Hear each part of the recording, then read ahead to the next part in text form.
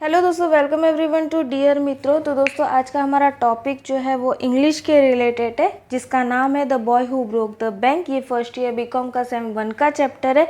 Chapter बहुत ही ज़्यादा interesting है, जस्ट बिकॉज ये हमारी आजू बाजू में जो चीज़ें होती रहती है उसी के बेस पे, इसके लिए इसको समझना बहुत ही ईजी है। तो दोस्तों चैप्टर में जाने से पहले मैं चैप्टर के कैरेक्टर के बारे में कुछ बताना चाहती हूँ, जिसके रिलेटेड आपको क्वेश्चंस आते हैं। इसमें 2 मेन कैरेक्टर है। एक हमारा है नत्तू। नत्तू कौन है? तो बैंक में काम करने वाला एक गरीब स्वीपर है। और सेकंड हम लोग का है सीताराम। सीताराम कौन है? तो एक वॉशरमैन का बेटा है। ठीक है, इसके अलावा भी बहुत सारे कैरेक्टर बुक के अंदर है, लेकिन ये 2 मेन कैरेक्टर के बेस पे हमारी पूरी स्टोरी बनी हुई है। तो इसकी वजह से मैंने 2 मेन कैरेक्टर्स के बारे में बता दिया। बाकी अगर कोई और कैरेक्टर आए तो आप उसको नोट डाउन कर लीजिएगा। ठीक है, अब दोस्तों हम चलते हैं हमारे चैप्टर पे। सबसे पहले यहाँ पे हम लोग की बात की गई है पीपल नगर के बैंक की। पीपल नगर में एक बैंक सिचुएटेड है। वो पीपल नगर की बैंक जो है काफ़ी बड़े मात्रा में पैमाने में चल रही थी, लेकिन वहाँ पे काम करने वाला एक गरीब नत्थू, यानी जैसे मैंने बोला वो कौन था, वहाँ पे झाड़ू पोछा करने वाला जो बंदा है वो उस बैंक से नाखुश था। क्यों? क्योंकि वो उस बैंक जो है उसको पे नहीं कर रही थी, तो उसको उस चीज़ का बहुत ज़्यादा फ्रस्ट्रेशन हो गया था। डेफिनेटली हम जब काम करते हैं तो हम किसके लिए काम करते हैं? अर्न करने के लिए काम करते हैं। और अगर हमको सैलरी नहीं मिले तो हम क्या कर लेंगे? बहुत ज़्यादा गुस्सा हो जाएंगे, है ना। तो सेम चीज़ नत्थू को भी हुआ था। नत्थू को पैसे नहीं मिल रहे थे, इसकी वजह से नत्थू बहुत ज़्यादा फ्रस्ट्रेट हो गया था। गुस्से में आके वो जोर जोर से झाड़ू वहाँ से सीढ़ियों पर से निकाल रहा था। वो इतनी जोर से झाड़ू घुमा रहा था कि सारी धूल जो है वो ऊपर उड़ रही थी और वापस नीचे आके सेटल डाउन हो रही थी। फिर भी उसको समझ नहीं आया था, वो बस अपनी ही बातें गुनगुना जा रहा था और झाड़ू निकालते जा रहा था। गुस्से में उसको देख के वहाँ से कोई और कुछ बोला नहीं, वहाँ से पास आउट हुआ एक सीताराम करके बंदा।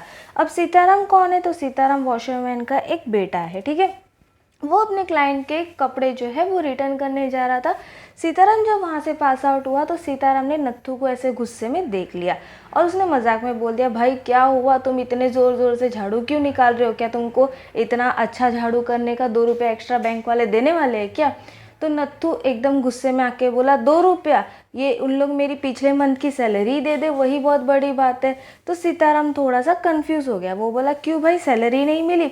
तो बोलते, कहाँ यार, कितने टाइम से हमारी सैलरी जो है वो अटका के रखे हुए हैं, इनको हम जैसे गरीबों को सता के क्या मिलने वाला है पता नहीं।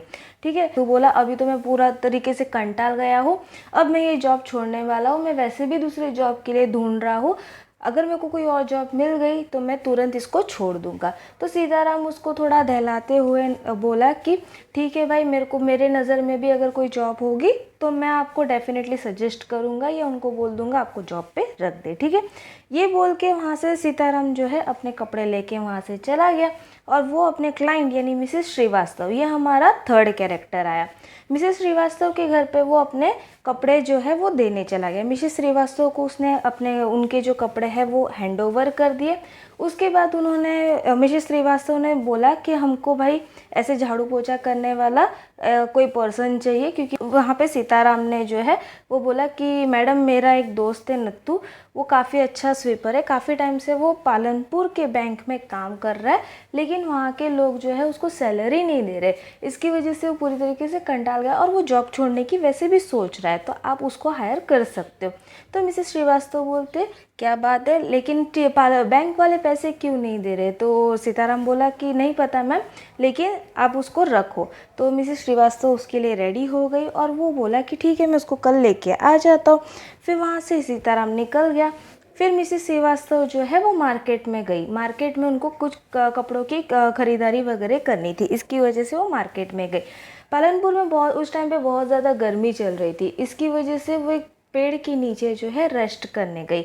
वहाँ पे उन्होंने देखा कि उसके बाजू में ही एग्जैक्टली उनकी बहुत पुरानी फ्रेंड जिसका नाम था मिसेस भूषण, वो वहाँ पे मिली। वो अपने हैंकरचीफ से जो है हवा डाल रही थी अपने आप को, उनको बहुत ज़्यादा गर्मी हो रही थी। तो उन दोनों पहले हाय हेलो किए, फिर उसके बाद जैसे लेडीज़ मिलते हैं तो लेडीज़ क्या करते हैं, कपड़ों के बारे में डिस्कशन करते हैं ना, आप सभी को पता है। तो सेम चीज़ मिसेस भूषण जो है उन्होंने कुछ कपड़े खरीदे थे, तो वो मिसेस श्रीवास्तव को बता रही थी और किस टाइप का कपड़ा है, कितने में ख़रीदा, सब चीज़ डिस्कस कर रही थी। उनकी नॉर्मल गॉसिप हो रही थी। उसके बाद मिसेस भूषण बोली कि चलो भाई हम चलते हैं। तब तक मिसेस श्रीवास्तव बोले कि अरे तुमने सुना क्या, बैंक वाले जो है वो अपने स्वीपर्स को भी पैसे नहीं दे रहे, मतलब उनके पैसे भी अटका के रखे। तो मिसेस भूषण बोले क्या बात कर रही हो, वो थोड़े शॉक में आ गई। बैंक वाले होकर स्वीपर्स को पैसे नहीं दे रहे, इसका मतलब है डेफिनेटली बैंक जो है वो अच्छी नहीं चल रही है, उन लोग डेप्थ में चल रहे हैं। ऐसा बोलते बोलते मिसेस भूषण जो है वो वहाँ से निकल गई। ठीक है, फिर उन्होंने देखा उनके हस्बैंड कहाँ पे वो ढूंढ रही थी। तो हस्बैंड जो है मिस्टर भूषण वो जो है कमल किशोर के एक फोटोग्राफर के यहाँ पे खड़े थे। अब यहाँ पे हमारे और दो कैरेक्टर आ गए। कौन आ गया, एक मिसेस भूषण आ गया और दूसरा हमारा कौन हो गया, कमल किशोर। वो कौन है, तो एक फोटोग्राफर है। तो वो वहाँ पे बैठ के टाइम पास कर रहे थे। मिसेस भूषण वहाँ पे आई और उनको डांटने लगी, भाई आप कहाँ पे हो, कितने टाइम से हम आपको ढूंढ रहे हैं। तो मिस्टर भूषण बोले अरे मैं तो तुम्हारे पीछे ही था, तुम पता नहीं कौन से दुकान में कहाँ कहाँ भटकती रहती हो, जैसे तितलियाँ इधर से उधर भटकती रहती है वैसे तुम भी भटक रही हो। ऐसे बस उन लोग की नॉर्मल फाइट, मतलब मस्ती वाली फाइट जो है वो हो रही थी हस्बैंड वाइफ के बीच में। तब तक मिसेस भूषण बोली अरे आपको पता है कि बैंक वाले जो है वो डेब्ट में है और इवन उन्होंने उनके एम्प्लॉयज़ के पैसे भी रोक के रखे हुए। तो बात कहाँ से शुरू हुई थी दोस्तों, बात हुई थी कि स्वीपर का पैसा नहीं मिल रहा, लेकिन बात अभी बन क्या रही है कि बैंक वाले जो है वो डेब्ट में है और उन लोग अपने कस्टमर्स और उनके जो एम्प्लॉयज़ है उनकी सैलरी नहीं दे रही है। यानी जैसे हम एक बात सुनते हैं और दूसरी बात दोहराते हैं, यानी उसमें कुछ ना कुछ मिर्च मसाला डाल के हम वहाँ पे स्टोरी बनाते हैं। सेम चीज़ यहाँ पे हो रही थी कि मिसेस भूषण ने कुछ और सुना लेकिन वो अपने हस्बैंड को कुछ और बोले जा रही थी। ठीक है, तो उन्होंने मिस्टर भूषण को यही बोला कि बैंक वाले जो है वो डेप्थ में चल रहे हैं और उन्होंने उनके एम्प्लॉयज़ की सैलरी जो है वो अटका के रखी है। तो उन लोग वहाँ पे बात कर रहे, तब तक वहाँ पे कमल किशोर जो फोटोग्राफर था वो बोल रहा अरे क्या बात कर रहे हो। तो मिसेस भूषण उनको पूछी कि क्यों आपका भी बैंक अकाउंट है। तो बोलते नहीं नहीं मेरा बैंक अकाउंट तो नहीं है, लेकिन मेरे बाजू वाला जो दुकान वाला है यानी बार्बर जिसका नाम था दीपचंद का अकाउंट जो है उस बैंक में है। तो उन लोगों वो बोले कि ठीक है आप जल्दी जाके उसको बता दो कि बैंक में जो पैसे है वो निकाल ले, नहीं तो उनका पैसा जो है वो भी नहीं मिलेगा। तो फोटोग्राफर जो है वो दौड़ते दौड़ते बार्बर के पास गया, दीपचंद के पास। दीपचंद को बोला भाई तुमने सुना क्या, ये पालनपुर वाली बैंक जो है वो डेप्थ में चल रही है और उन्होंने काफ़ी अपने पैसे जो है वो निकाल दिए हैं, काफ़ी लोगों के पैसे जो है वो डुबा रही है, बैड डेप्थ में चल रही है। ठीक है, तो दीपचंद ये सुन के पूरी तरीके से कांपने लगा और वो जहाँ पे अपने कस्टमर की शेविंग कर रहा था, तो शेविंग करते करते उनकी कैंची जो है वो उनके कस्टमर के कान में लटक गई। तो उसकी वजह से क्या हो गया, वो कस्टमर का कान थोड़ा सा कट गया। तो कस्टमर जोर से दर्द के मारे चिल्लाने लगा और दीपचंद को उस टाइम पे कुछ नहीं सूझ रहा था, क्योंकि दीपचंद के पैसे कहाँ पे थे, पालनपुर बैंक में। ठीक है, तो दीपचंद जो है वो डर के मारे भागते भागते वहाँ पे देख रहा है इधर उधर कि मेरा अकाउंट डिटेल्स कहाँ कहाँ पे है, क्या क्या निकालो। जबकि वो कस्टमर जो बार्बर के पास बैठा था यानी दीपचंद के पास बैठा था वो भी डर गया, क्योंकि उसकी भी अकाउंट जो है वो उस बैंक में थी। तो वो दौड़ते दौड़ता गया टेलीफोन बूथ पे, यानी मेडिकल के बाजू में ही हम लोग का टेलीफोन बूथ था, वहाँ पे गया। उसने तुरंत कॉल किया, अपने पालनपुर के मैनेजर को कॉल किया। तो मैनेजर ने कॉल उठाया, मैनेजर बोला कि हाँ बोलिए। तो वो कस्टमर बोलने लगा कि भाई हमारे पैसे आपके बैंक में अटके पड़े हैं, हमने ऐसा सुना कि आपकी बैंक जो है वो बैड डेट में चल रही है, हमको आपके बॉस से बात करनी है। अब बॉस कौन है, तो बॉस है हम लोग के श्री सेठ गोविंद रामचंद जिनकी बैंक है। ठीक है, तो हमको उनसे बात करनी है। तो मैनेजर बोले सर तो यहाँ पे नहीं है, वो तो अभी फ़िलहाल कश्मीर में बाहर घूमने गए और जहाँ पे वो घूमने गए वहाँ पे उनको मोबाइल अलाउ नहीं है, इसकी वजह से हम उनसे कांटेक्ट नहीं कर सकते। तो उसकी वजह से कस्टमर को तो अभी और ज़्यादा डर लगने लगा, क्योंकि उनका पैसा तो डूब रहा है ना। तो इसकी वजह से उन्होंने फटाफट से फ़ोन रख दिया, दौड़ते दौड़ते वापस बार्बर के पास आए और वो तो बोले कि भाई चिड़िया तो उड़ गई, यानी हमारे सबके पैसे जो है वो लेके चली गई।